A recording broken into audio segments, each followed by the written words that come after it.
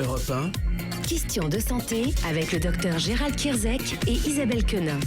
Mais avant d'ouvrir notre dossier du jour avec vous Isabelle, votre revue de presse, l'actu, santé, bien-être, on va commencer avec des chercheurs qui ont réussi à créer un mini-intestin humain.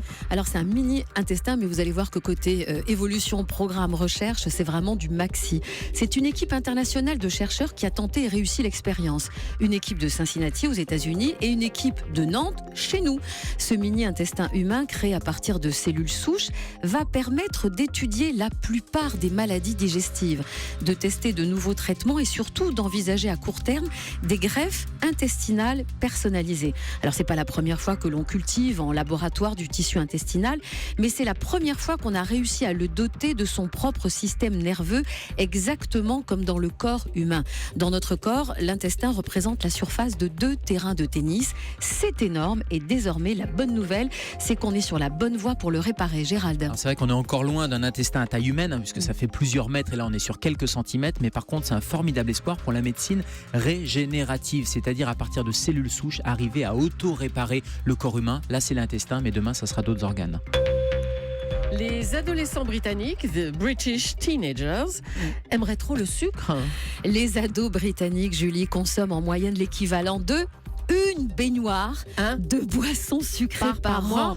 Par an. Mais pas d'un coup, Julie, pas d'un coup. Une baignoire, ils devraient prendre des douches. C'est une étude publiée par l'Institut Cancer Research. Les ados âgés de 11 à 18 ans sont totalement addicts au soda et consomment plus de 234 canettes par an, ce qui représente 3 fois la dose recommandée. Et ça commence très jeune puisque la même étude révèle que chez les bébés de 18 mois à peine, la consommation est déjà de 70 canettes. Alors le danger, souligne le communiqué, c'est de fabriquer des futurs obèses à la chaîne, des adultes en surpoids qui bien sûr auront tendance à développer d'autres maladies cardiaques, hypertension, troubles du sommeil et de l'anxiété, entre autres. D'où l'idée de mettre en place ce qui existe déjà chez nous en France, une taxe sur les boissons sucrées non alcoolisées. Selon l'enquête de Cancer Research, une taxe de 20 centimes par canette pourrait prévenir 3,7 millions de cas d'obésité. Alors le soda est sucré, mais la taxe, elle est salée. C'est marrant Isabelle que vous disiez salé, parce qu'on consomme trop de sucre et on consomme trop de sel également. Et juste en réduisant le sucre ajouté et le sel ajouté, eh bien on gagnerait énormément en termes de maladies cardiovasculaires. Alors 234 canettes par an, moi je pensais qu'il y en avait plus. Mais il y en a bien qui prennent une canette par jour. Bah oui, c'est la moyenne entre ceux qui n'en prennent pas du tout, voire très peu, moyenne, et puis ceux qui prennent 2-3 canettes par jour. Et on en connaît, Thomas Joubert. Voilà, c'est ce que j'allais dire. Thomas, il boit plus qu'une canette par jour. Il prend du light. Enfin, d'accord. Allez, on a identifié la mélodie du bonheur et c'est scientifique.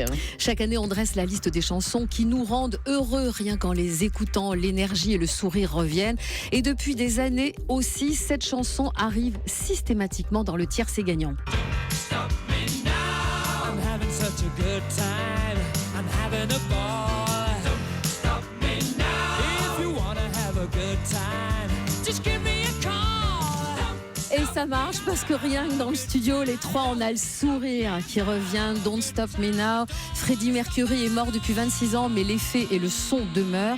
L'Université des Pays-Bas s'est penchée sur le phénomène. Conclusion, une chanson feel good, c'est comme ça qu'on les appelle, doit avoir des paroles euphorisantes. Ne m'arrête pas. Un temps de battement de 150 pulsations par minute et des notes dans la tonalité majeure. Ce sont, il paraît, ces notes qui provoquent chez nous un sentiment de confiance et d'euphorie. Alors les chercheurs sont allés encore plus loin et ils ont mis au point une équation mathématique, un peu comme celle, Julie, qui nous a valu 3 en maths au bac. Bref, cette équation pleine de x et de y au carré a permis de dresser le classement des 10 chansons feel good de ces 50 dernières années. Et mauvaise nouvelle pour vous, Julie, votre chanson préférée n'y figure pas. C'est extra. Oh non, arrêtez. Oh là là, on va pas remettre ça là. C'est extra. On le sait, Léo Ferré, c'est pas votre tasse de thé. Oui, mais c'est pas la peine. Oh là là, on peut rien dire. Ah oui, ça c'est une chanson pour Julie qui n'est pas du tout ceux qui aiment Léo feel Ferré good. qui me détestent. Alors ça, c'est pas utile. Voilà.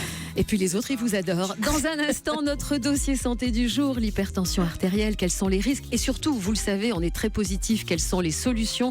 Vous appelez tout de suite pour poser vos questions au 39 21, vos réactions sur Twitter avec le hashtag E1 Santé. À tout de suite.